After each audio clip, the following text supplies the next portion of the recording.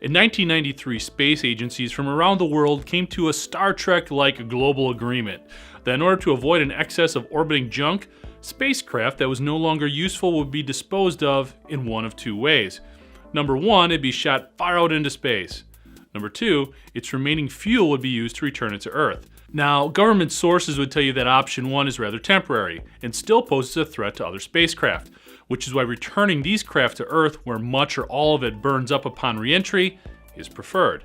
However, as we all know from countless sci-fi movies, not only could we count on seeing that craft again, regardless of how far we shoot it into space, but it's guaranteed to be piloted by an all-powerful intergalactic villain driven to enslave the Earth. And we all know what a mess that can be.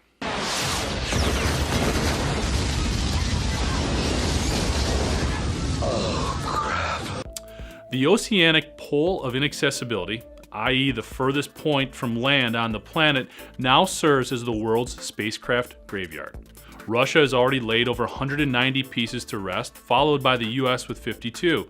Europe, Japan, and even SpaceX have also used this patch in the Pacific Ocean, about 2,000 miles north of Antarctica, to dispose of unmanned supply ships, satellites, and other craft. The water is just under 2.5 miles deep, and temperatures range from 35 to 40 degrees Fahrenheit.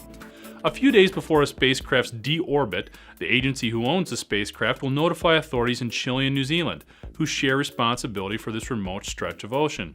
Information about expected re-entry times and debris patterns are provided before the craft begins a controlled plunge. It's up to these countries to provide a heads up to merchant ships as to why the sky might appear to be falling. Perhaps the most famous resident is Mir, the Russian space station that was decommissioned in 2001.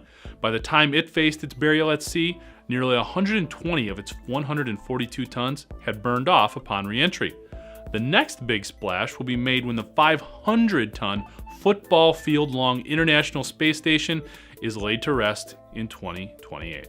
I'm Jeff Ranke, and this is IEN Now.